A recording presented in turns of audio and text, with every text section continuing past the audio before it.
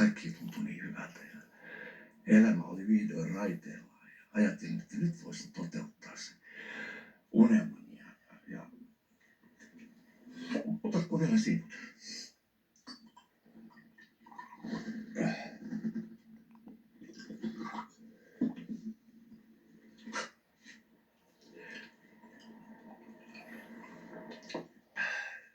Kuule Akseli, onko koskaan ajatellut mennä takaisin niin kuin ihmisten ilmoille ja niin kuin selvittämään asioita tuonne maailmaan? Palata. Niin kuin palata. Minä palaisin. Mistä minä palaisin?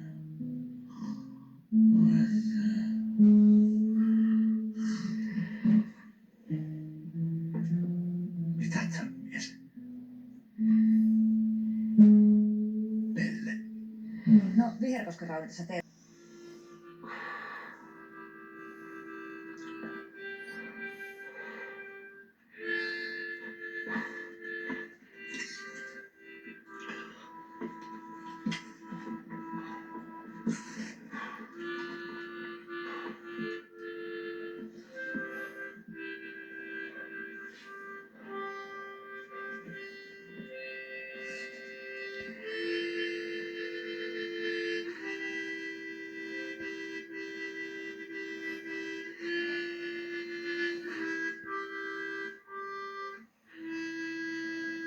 na lohi.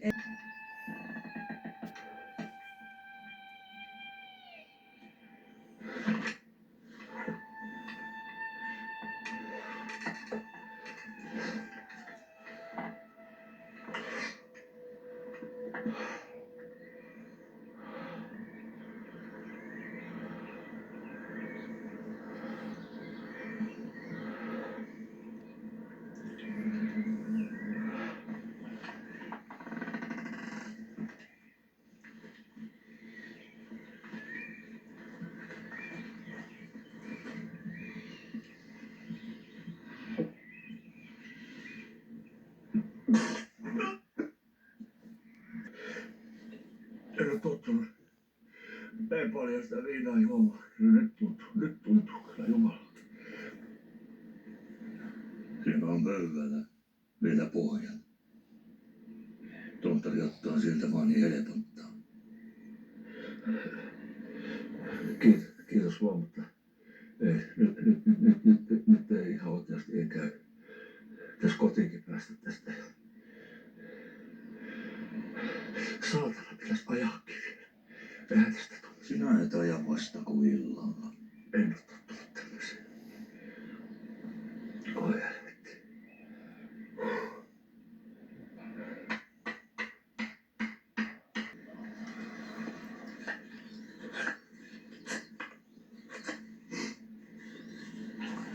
Eikö sulla ole nälkä? Siellä on sisällä. Kiitos vaan.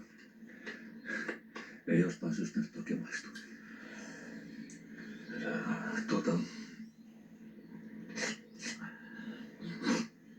Usokko, että teki hyvää vähän välillä raatata jonkin muunkin kuin koiran kanssa. Niin että kiitos vaan, että tulit. Kyllähän minä joskus on ajatellut, että jos vaikka lähtisi täältä mettästä takaisin ihmisten ilmoille, mutta kun... Minne?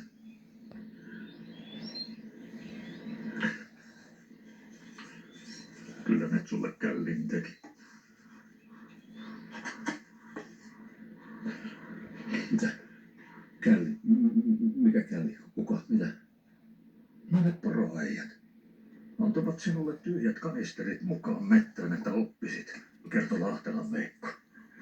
Tahtovat opettaa sinua.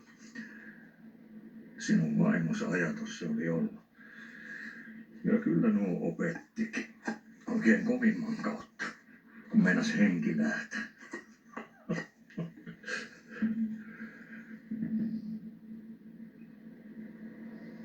Sinä et tiennyt. Nyt ei ole sinulle kertonut. Mä haluan kiittää sua. Varsinkin siitä talvisesta. Ja tuli vaan mieleen sellainen ajatus, että jos sä nyt joskus oot tulossa käymään kylällä, niin tervetuloa meille. Me asutaan siinä Halosen rannassa, Venesataman kupeessa ja harmaasininen talo. Tervetuloa. Ja kiitos. Eipä tässä sitten. Mutta toivottavasti näin.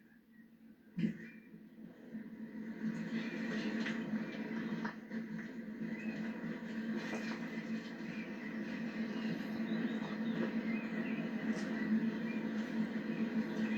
Tulehan käymään, kun kerkiät.